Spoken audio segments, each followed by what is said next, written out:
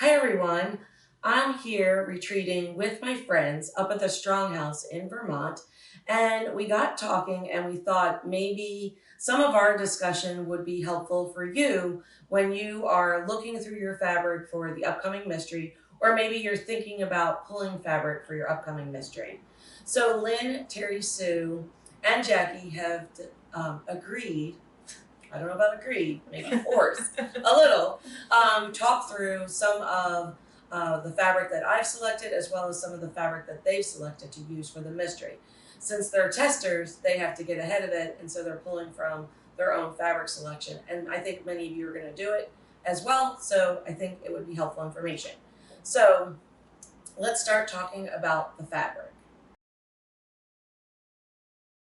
All right, so something that you want to think about whether or not you're choosing your own fabric selection or you've gone with the Starflower Christmas is you really, for this mystery, kind of want to group your fabric into the different styles of print as well as value. So you can see here I have my multicolor, and they're both in very large scale and probably medium scale. I'm going to be very specific when it's best to use those larger multicolor prints. So you're going to want to make sure that you keep those aside until either in the blog or in the video I say, hey, this would be a great place to use that large scale print. Then we have our tone on tones. And these I'm primarily going to use in those smaller pieces. So if you did holiday solstice, don't freak out. They're not as small as that.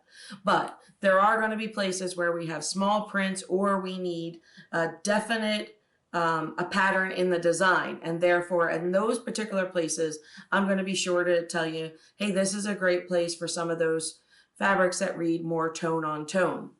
Then over here, I've kind of put together, and they're in different scales. These are the color plus white.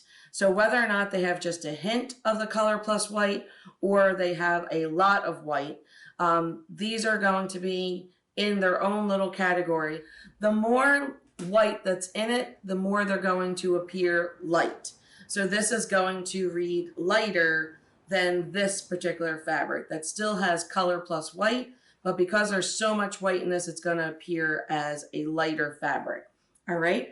Then we have our medium scale prints, and these are just beautiful. This is actually what made me fall in love with the whole collection was these little trees that are sort of like watercolors. And so these are going to be our medium scale. These tend to run pretty much in the green and blue space. So not a lot of color variation, but different movement, different texture. And then these two are going to be my wild cards. This one here, because depending on how I cut it, it could be blue or green. So I'm going to have to be really careful where I use this in the clues, the different clues, because I need it to be somewhere where this variation is going to have some kind of impact. And then this one is pretty white. It's the color of my background. And then it just has a little bit of teal on it. It's the only one in the collection that is mostly white with a little hint of color. So I'm going to have a specific area that I want to use this in as well. This is the Starflower Christmas collection. And if you've selected it, hopefully that will help you try and divide yours up. And even if you've gone with your own fabric selection, I think some of the things that I called out in this will help you with selecting your own fabric selection. Right. So for the cape selection, this gets a little bit tougher, and we're going to really need to pay attention to how we use some of these prints. I'm putting it on black. So there are times where I may be reversing the value. So in addition to paying attention to scale of print, you're definitely going to want to pay attention to some value. So here, a lot of these are in the same saturation. So we don't have as much as we do in the Starflower Christmas as far as change in value. So we're going to do a lot of playing around with scale. What I looked for primarily when selecting these fabrics were that they would look okay on black. So when talking about value and scale, when I went through the Starflower Christmas, I talked to you a lot about large scale prints and small scale prints and accents and such. I'm going to call the same out here. Your light, medium, and dark really is easiest to decipher when you use a grayscale picture. So taking a picture of your fabric and then changing it to grayscale will greatly help you.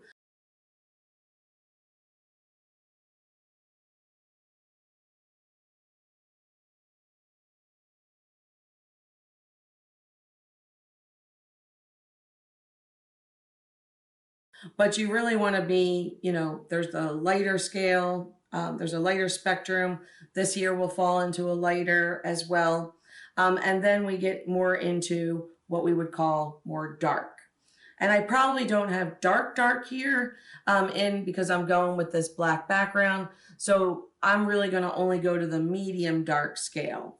And then I went about pulling out some fabrics that really aren't light, but they often suggest lightness. So therefore I picked a couple different yellows that even though they're probably in the medium scale for yellow, I'm hoping that they're going to read lighter because usually yellow is associated with light all the time. So we'll see. This is definitely going to be a harder selection. It's why I made it my alternate.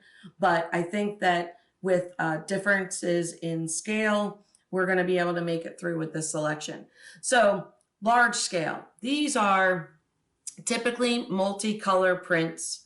They are typically, the design on them is quite large. So you can see here, this one flower is occupying probably about a 5-inch area. So I'm going to need to be really careful in where I have you place these. So again, your keywords for using some of these larger scale prints are going to be in the clue, in the blog, in the video. I'm going to say this would be a great place for a large scale print. And so those will be something that you want to pay attention to. Some of these that are more tone on tone, with maybe only a hint of colors here and there, they're going to be a little easier for me to use because if I'm using them in a 3-inch space, I can primarily get orange, or I can, primarily get red, orange, and pink. So these are going to be, even though there are hints of green, they're going to be a little easier for me to use than the multicolor large scale prints. So we have large scale prints that are very similar in color, and then we have large scale prints that have a lot of different colors in them. So that's what you're going to want to pay attention to. The ones that have lots of different colors, those are the ones that you're going to want to pay attention to when I say this is a great place for a large scale print. All right, and some of the others I'm going to try and work in. Then we have our small accents. So again, a lot of these are in the same saturation level, but they can, read a little bit as one color from a distance, but they do have, those medium and small accents in them. I have 2 in here that are really directional. So again, I'm going to be really careful as to where I place these. I would suggest if you're doing the CAFE version, and I hate to say this because I never expect you to do 100% what I'm doing, but I think if you're doing the CAFE selection, if you're not picking the same fabrics that I'm picking clue after clue, you're going to want to definitely pay attention to why I selected them, because it's definitely going to be a tougher one to use in this mystery. Then I have ones that are going to read closer to the small accents. These have a lot of similar colors, but they still have some accents. And so again, I will probably be using these more where I'm using the smaller accents in the Starflowers Christmas. And then these I'm actually going to consider more of my tone on tones, even though only the purple really is a true tone on tone. The rest have other colors in them. But this is going to be, these dinosaur eggs, this is going to read as a yellow, and this will read as a green. So I'm going to, even though they're not truly tone on tones, when I use my tone on tones for my Starflower Christmas, I plan on using these. All right, so that's just a little bit around the CAFE. It's definitely going to be a little bit harder, and therefore you're definitely going to want to pay attention to the different tips that I give you. All right, so let's talk to Jackie about how she went about pulling her fabric for this mystery. Okay, to get started, because, I'm one of the testers and I need to get my fabric to get started.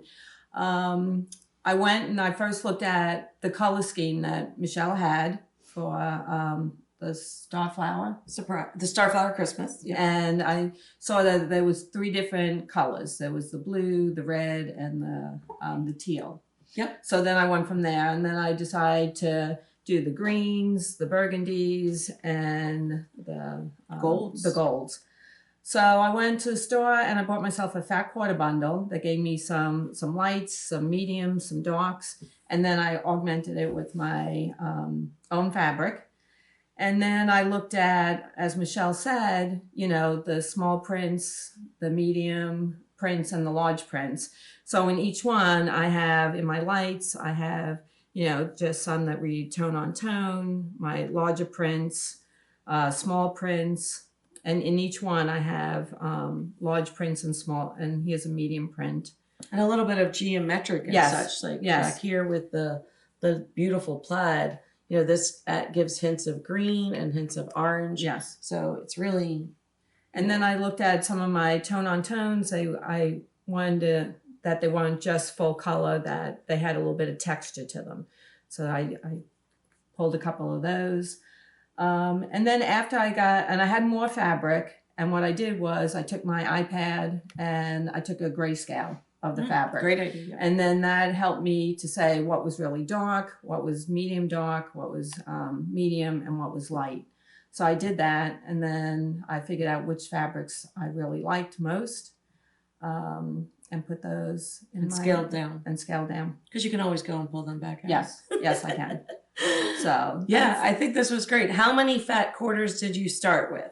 I think there was 8 in the bundle. Okay. Yeah, 8 or 10. So it just gave me a good start. A jumping off point. Right. And I think that's a really good tip for those that really want to use their stash is to, you know, you might just need to augment it a bit. Maybe it's something to kick you off like Jackie did. So like this was in the fat quarter bundle. This one was this one, a few of these on this side and these ones. So then, you know, I could add to that because it gave me the lights, medium, and darks to start with, and then I could pull from my stash at home. And it definitely gave you a theme. So it's fall. Yes. And then going in and pulling from, you know, the different tone on tones, again, with some texture, you know, different styles. I just love the plaids. And then, you know, little small accents. So I really think this is great. I think it turned out wonderful. And then you're going to put it on It's a white on white. Perfect. So you know, after I picked my fabric at the fabric store, you know, I got out a couple different backgrounds because I was like, do I want to go with the beige or the white? And actually the woman at the Old Country Store, she helped me out and, you know, laid out the fabric and, you know, she said, well, which one do you like?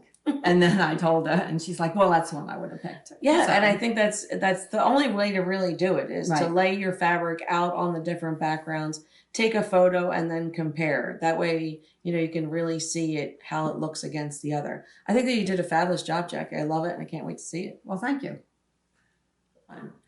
All right, so I've asked Terry Sue to talk through her fabric selection. She's also one of the testers and had to get in front of it. And she actually started with a fat 1/8 pack. So Terry Sue, take us through what you've done here. Yeah, so I actually had this in my stash, and it's always good to put your stash to use. I think there's about 22 colors here. So the first thing so this is my background. And so the first thing I did was I pulled out these 2 because I thought they were too close, but we might be able to work them in later. We'll find out because it's a mystery. It's a mystery. So then I divided them out. So these are my lights. And then I had trouble distinguishing between medium and medium dark. So they're here. So what I did was... So our medium and then our medium dark. Medium dark. And I can't visually really see that. So I definitely did the black and white photo trick, and it was totally apparent to me once I looked at that photo. Which ones were lighter. I think these read lighter because of the density of the other shimmer in the fabric and stuff. Yes. So then there's my medium dark, and here's my dark fabrics. And then I'm going to pull in some more. I'll either add to my stash from my local quilt store. Or my own augment stash. from your stash. Yeah. Yeah. I think it's great. I think Yeah. so many people will love a collection of fabric. They pick up a fat eighth because the fat quarter. I know I pick up fat eighths when fat quarters aren't available, but I still feel like I absolutely need the line. Yeah. And then they're like, where do I use these? So I think this is great because, you know, a medallion quilt is ultimately a sampler quilt that just has a a distinct design Yeah. on the placement of the blocks. And so the more fabric, the merrier in it. And I think being able to use the fat ace is going to really work. And then you're still able to augment or purchase to add to it as you go. Yep. And just kind of play it by ear. So you don't have a border at all for this. Not that, you can go, this design does work borderless, without a traditional border, but you're going to see where it lands and takes you. I think I have a border in my stash, but you're waiting to at see. the end. Yeah. Okay. Yeah. And I think it's great because, something that a predetermined fat quarter pack or fat eighth pack does for you is that typically when the designer puts out the line, they typically have variations of value, and they also have variations in scale and size of prints. So we have a good selection of the larger scale with a little bit of multi. We have our medium scale. Then we don't have any color plus white, but we have color plus gold. So you have a couple of those that are here. So I think this is going to be fabulous, and I can't wait to see how it comes out. So I do have a question about the background. Okay. So I used this as my background because I already had enough of it to cover it. These, clearly I would have needed more, but I'm just wondering if I had yardage of one of these, would they have worked? I think so. Yeah, I think that there's enough of a difference because these are one color plus the gold, and I think they would have worked. They may have been a little more busy.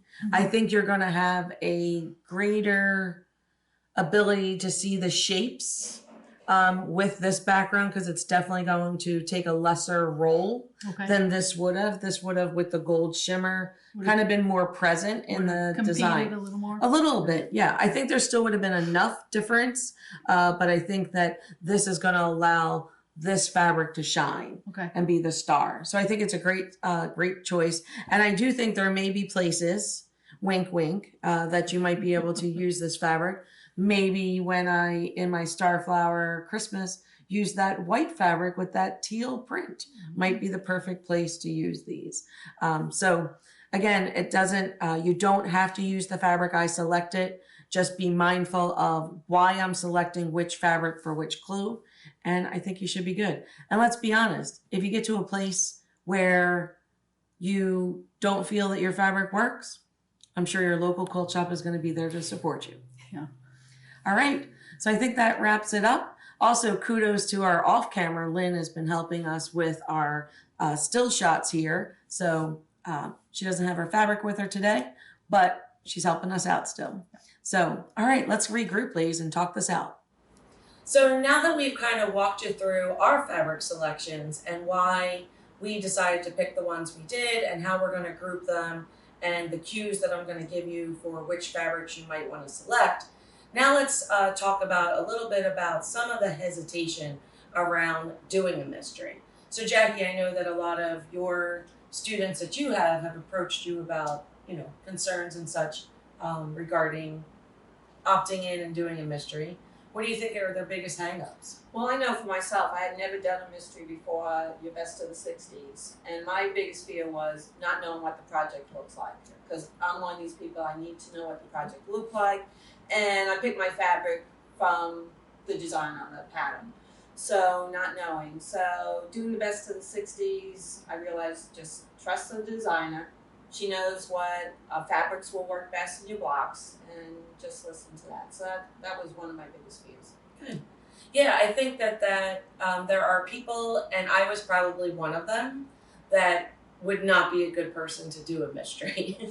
So I realized that, the roles are reversed here and you're taking a shot on it. But I think it is, you have to be able to let loose a bit and be comfortable that you're going to have to follow some directions And I think that's what's going to be most important is paying a good attention to the value. And then if you either are doing the clue in class and you watch the video, I'm going to talk you through why I selected the fabric I did for each clue. Or if you're doing the clue only, you're going to want to read and pay attention to the blog, because there I'm going to walk you through why I selected a certain fabric for this particular place. The other thing is that you may just want to look at it as a learning experience, because it's going to be chock full of different techniques. I have over 7-8 techniques with the Lemoyne star, the wedge star, and a couple with the V block. So you're going to learn a lot about different blocks to make. So I think if you look at it that way as well. And that's why I did the best of the 60s, because I wanted to learn about the Star 60 ruler, and I figured what better way than to do your mystery in Saturn. Terry Sue, how about you? Any Concerns? concerns or questions you've heard from others? No, I think just for myself, I love the idea of a mystery because it gives me a continuous project to work on, and just ways to do things in general, new techniques and stuff like that. Yeah, and that is why, I get a lot of questions as to why it's only, 3 blocks or 4 blocks a week. And the reason for it is that I designed this for the working quilter, and I wanted, I know when I was working full-time, I would love to have joined in on a project that only required me to sew 2 to 3 hours a week. And then it gets me behind the sewing machine. And then hopefully if you're behind the sewing machine and you finish this week's clue, that then you'll go and pick up one of those UFOs that you've stored and keep sewing.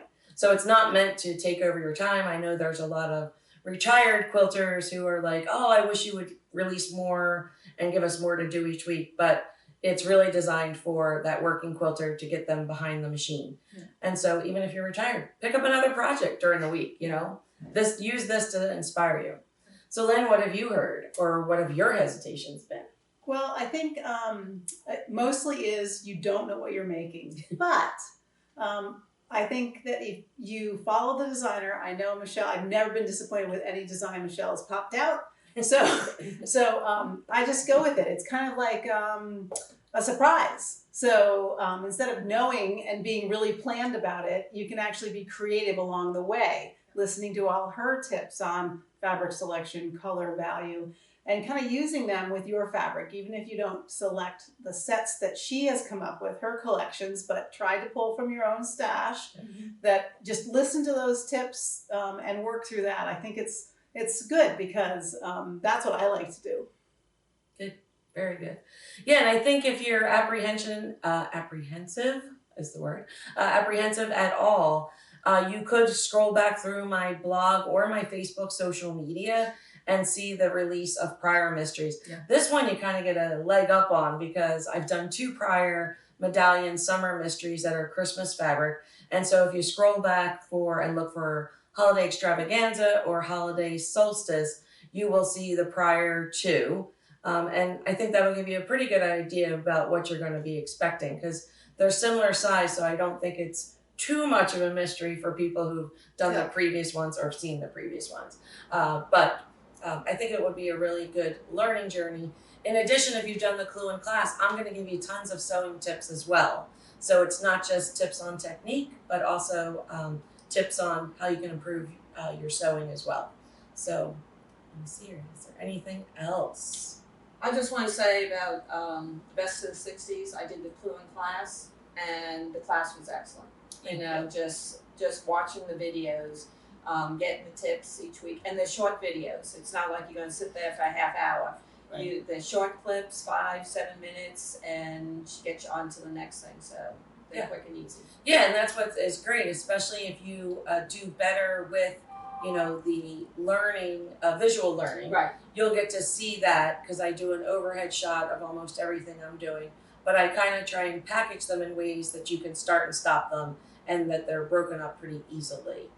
So I think it's pretty helpful. Yeah, so I think you've done it because I'm a visual learner. Yeah. So that's why I did that. Yeah, and that's what, that comes a little bit from my corporate experience, is that some people learn by reading, some people learn by seeing, some people learn by hearing. So the clue in the class really combines all of that. It doesn't matter which way you learn, there's a forum for you. So So I think that wraps it up. If you want to check out our schedules, we are all teaching here at the Stronghouse Inn over the next year, and we'd love to have you come and join us at one of our retreats. Thank you. Thanks.